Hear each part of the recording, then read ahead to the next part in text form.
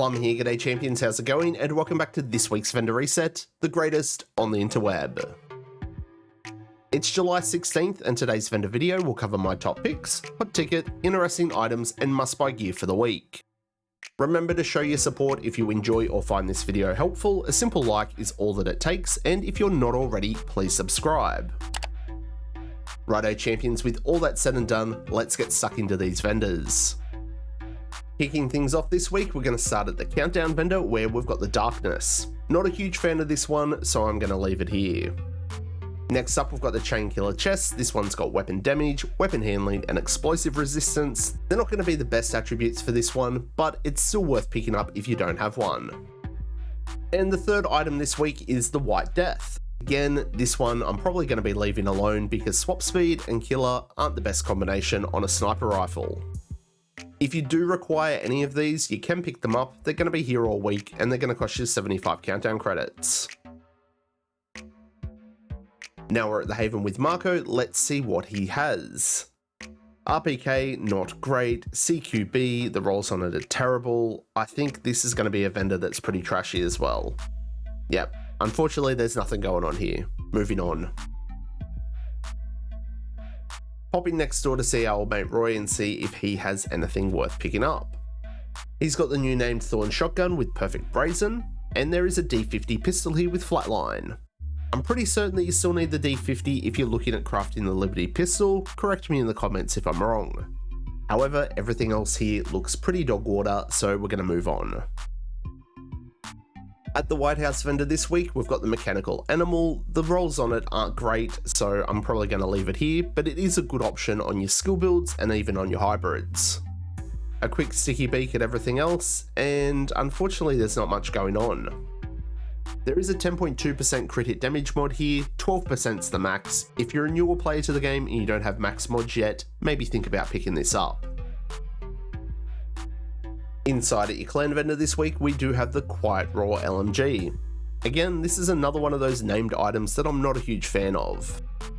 We've got Hunter's Fury gloves with weapon damage and headshot damage, Rigger's gloves with skill tier and crit damage, and we've got a Foundry chest piece that's got max armor on it. Quickly looking at the other items, we do have a Model 700 here, but unfortunately it's got rate of fire on it. It's definitely the hardest hitting marksman rifle in the game, but you're gonna have to swap that talent to either Determined or Ranger. And for the other items, there's not a whole lot going on. Maybe this Badger backpack, it's got decent armor and it does have crit hit chance, and it's got the talent Bloodsucker. This would work perfectly with the Scorpio or any other shotgun. Now we're at the Theatre Settlement where this week we've got the Mop, and this one's already got max damage to armor on it. The shotgun damage is pretty low, but close and personal does work well with it.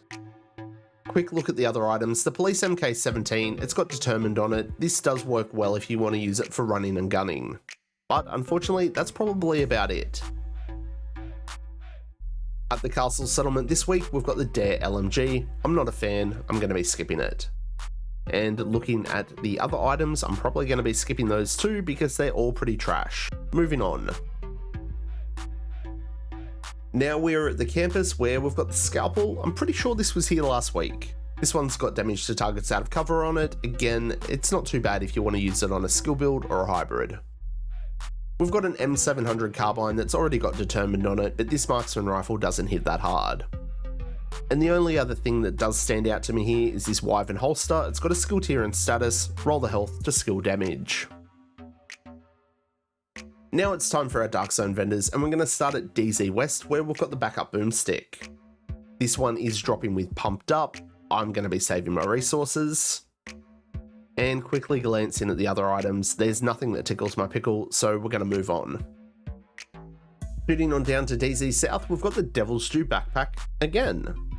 Unfortunately, the rolls aren't any better than last week. This one's got weapon damage, headshot damage, and hazard protection. Quickly taking a look at the other items, again, it's another vendor that's just coming up short, so we're going to move on. And the last stop this week is going to be at DZ East, and we've got the White Death again. This one's a little bit better than the other one. It's got low marksman rifle damage, but it does have max damage to armor. Personally, I would prefer damage to targets out of cover here, and you're definitely going to have to roll off that talent. This will cost you 152 DZ resources, so if you are desperate, it is here. And we're just going to have a sneaky look at the other items. Again, it's just another underwhelming week at the vendors. So unfortunately, that's going to wrap it up for this week's Vendor Reset Champions. If you're interested in the daily targeted loot, it's on your screen now. Thanks to everyone for tuning in, and make sure that you show your support by smashing the like button on this video, and if you're not already, please subscribe. Everyone's support is always greatly appreciated. Remember to stay frosty, keep looting, shooting, and giving them hell, and I hope to catch you all in the next one. I'm Plum out.